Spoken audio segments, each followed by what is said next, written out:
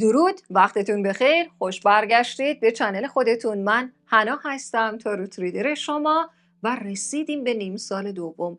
بریم با هم داشته باشیم فال ماهانه برای مهر رو برای هر 12 ماه.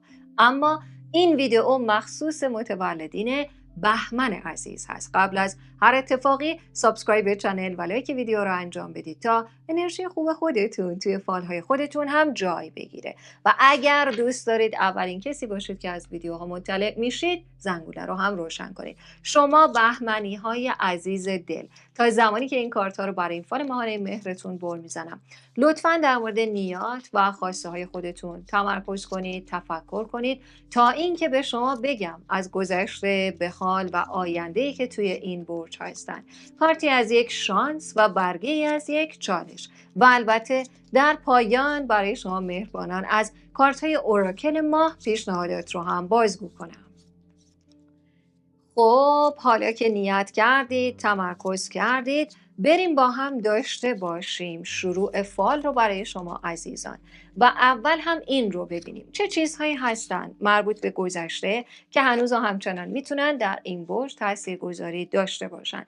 در مورد شرایط کاری که برای شما از مرداد همه چیز خیلی تحت فشار بوده، یعنی میخواستید کاری رو آغاز کنید و شروع کنید، موانع خیلی زیاد بوده، آدم ها همش مخالفت میکردن، یا انرژی بقیه یک انرژی خوبی نبوده. هر کاری رو اومدید آغاز کنید، حتی شاید امتحان و آزمونی بوده، خیلی موفقیت درش نداشتید. قرار هست که این مشکلات کنار بره، و منظور از این که این مشکلات کنار میره این هست: انرژی هایی که مانع بودن برای اینکه شما یک امتحان رو قبول شید، یک کاری رو در اون پذیرفته بشید، یا در مورد یک شغلی یک لول آپی رو داشته باشید، یعنی یک شغلی رو دارید، کاری رو دارید، میخواستید یه خورده تغییرش بدید، این موانع کنار میره و سختی ها تموم میشن. حالا خود برگه تموم شدن سختی در محیط کار هم هست، یعنی شما در یک ارگانی، در یک شرکتی، در یک فضای شغلی بودید و خیلی سخت بود، همه به شما ارد میدادن، همش شما رو محدود میکردن. از محدودیت رها شدن هست. انگار شما موفق میشید خواسته های خودتون رو توی این محیط پیاده سازی کنید. از برگه های بسته شدن قرارداد هست، امضا زدن یک سند، یک ورقه هست، و یکی از برگه های تایید شدن هست. اگر شما ورقه‌ای رو دادید برای تایید، این تاییدیه انجام میشه. اگر به دنبال گرفتن چیزی هستید مثل یک مجوزی یا حتی یک سند خیلی مهمی، این سند رو قراره که به دست بیارید. چون این برگه نشون دهنده این هست که اگر شما ازدواج کرده بودید و مشکلاتی برای پرگننسی و بارداری بوده و در موردش حتی خیلی پزشک متخصص متفاوتی رو هم ترای کردید و امتحان کردید، ولی بدونید از این برج انرژی ها اینطور هستن که قدرت باروری بیشتر و قدرت فرزند آوری در زندگی شما قرار میگیره. پس اتفاق مثبتی برای بدن شما هست، میتونه توانایی بارداری باشه. و چون خود برگه خبر بارداری یا به دنیا آمدن فرزند پسری اون هم با صحت و سلامت هست، پس این نور و روشنی هم دیده شده. یک سری مشکلات در مورد محیط زندگی اگر داشتید، حالا اگر محیط زندگی انرژی خوبی نداشت، یا اینکه اونقدر مستقل نبودید، یا با همسایه یا صاحب خونه یک مشکلی داشتید، حتی اگر شما ملکی دارید و برای فروش هیچ کس نیومده بوده به سراغش، یا برای رهن و اجاره با هیچ کس قراردادی نبسته بودید، این مشکل که از سال گذشته پاییز برای شما باقی مونده و هنوز این مسئله حل نشده، از این برج میتونه حل و فصل بشه. چون کارت التیام برای خانواده رو هم میبینیم، چه فرزند باشه بهبودی داره و سلامتی داره و از مریضی بلند میشه، چه برای یک فردی باشه که میتونه مادر یا پدر یا فرد سمبالایی باشه که یه خورده تحت فشار بوده، مریض بوده و مشکل داشته، بالاخره قرار هست که به سلامتی برسه. پس آنچه که در برگه میبینیم اتفاقات رو بیشتر در بخش فضای زندگی شما، انرژی زندگی شما و مسائل خانوادگی هم نشون داده. اگر برای ارث و میراث مدام یک سری آدم مشکل تراشی میکردن، احتمال اینکه آخرین حرف رو بزنن و در مورد اون مذاکره انجام بشه و این معضل هم تموم بشه در برگه دیده شده. اما بریم به سراغ میانه این برج، زمان حال و تم اصلی. اول از همه برای میانه برج خرید و فروش ملک رو میبینیم، یا منظور این هست برای اینکه بخواید قرارداد خونه ای رو برای جابجایی برای اسباب کشی امضا کنید، بالاخره این اسباب کشی هم تکمیل میشه وسط این برج. این برگه برگشت هم هست. درست زمانی که شما در یک جای زندگیتون به یک تغییر و تحولی میرسید، برگشت یک آدمی اتفاق میفته. در مورد این آدم بهتر هست یه خورده دقت کنید. چرا؟ به خاطر اینکه شما زمانی که بهش احتیاج داشتید حضوری نداشت. زمانی که شما نگران تنهایی ها و آینده بودید، خیلی راحت گذاشت و رفت و شما رو بیخبر گذاشت نسبت به خودش. اما باید بدونید الان که برمیگرده، یا به خاطر یک بیماری هست، یا به خاطر یک ضعفی هست، یا به خاطر یک ترسی هست. یعنی از سر یک اشتیاق و علاقه عاشقانه بر نمیگرده این آدم. برای این هست که بخواد از حضور شما، انرژی شما و الان که قدرتمند هستید از این قدرت شما استفاده کنه. یک موقعیت عاطفی رو به ازدواج رو میبینیم، یعنی مسیر احساسی که از روز 16 تا 24 میتونه آغاز بشه. برای شما شخصیتی هست که میتونه آینده‌ای برای به هم رسیدن و با هم بودن رو ایجاد کنه. این فرد رو جز متولدین آب میبینیم و البته این شخصیت تخیلاتش، تصوراتش و یا خواسته هایی از رویا و آرزوش خیلی شبیه به شما هست. به خصوص اگر آینده خودتون رو سوا و جدای از همه میبینید و دوست دارید یک مهاجرتی در آینده داشته باشید، این آدم میتونه پل رسیدن به همچین چیزی برای شما باشه. و البته این فرد رو جز متولدین تیر آبان و اسفند نشون داده.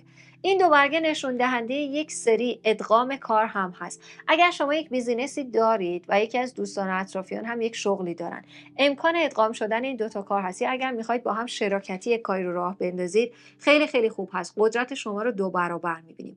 در مورد فردی که برمیگرده مراقب باشید، چون الان وقت خوبیه که چیزی رو ازش پس بگیرید و اگر اون رو پس نگیرید، حالا چه یک عذرخواهی هست که اینجا تو قلب شما مونده، چه یک چیزی هست که مثل پولی هست، مالی هست، اگر پس نگیرید ممکنه که دیگه نتونید اون رو به دست بیارید.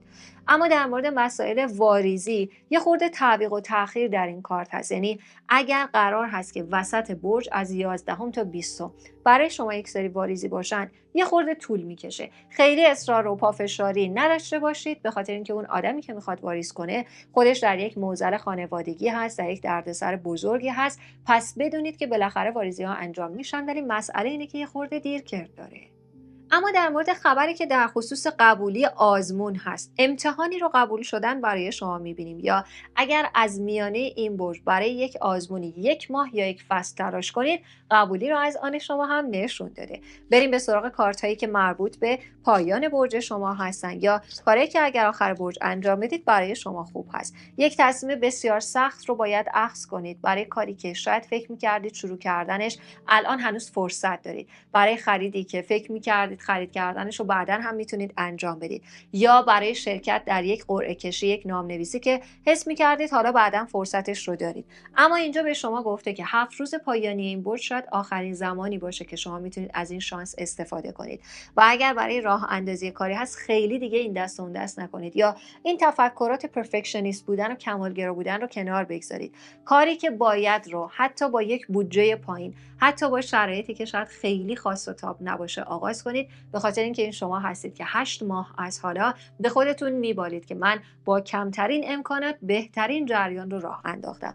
صحبت از مسائل پولی و امکانات شد. احتمال خرید یک وسیله‌ای رو در 10 روز پایانی این برج برای شما میبینیم. خریدش رو نمیتونید به تعویق بندازید چون اجباری برای اون هست، یا تعمیر وسیله‌ای رو نباید بیش از این به تعویق بندازید چون بعداً خرجش بیشتر میشه. یعنی زمانی که به آخر سال میرسیم شما می‌بینید که وای چقدر باید هزینه بیشتری برای این مسئله پرداخت کنید. حالا اگر قرار هست که روزهای پایانی، چند روز پایانی، 3-4 روز پایانی این برج یک مسافرتی رو داشته باشید، حتما صدقه دادن و به یک آدمی کمک کردن رو مد نظر داشته باشید، چون این برگه دردسر و مسئله در مسافرت رو نشون داده. یعنی یک سفری به خودی خود خوب هست، مشکلی نداره، در راه رفت آمد هست که یا چیزی رو جا میذارید یا مریض میشید، بیمار میشید.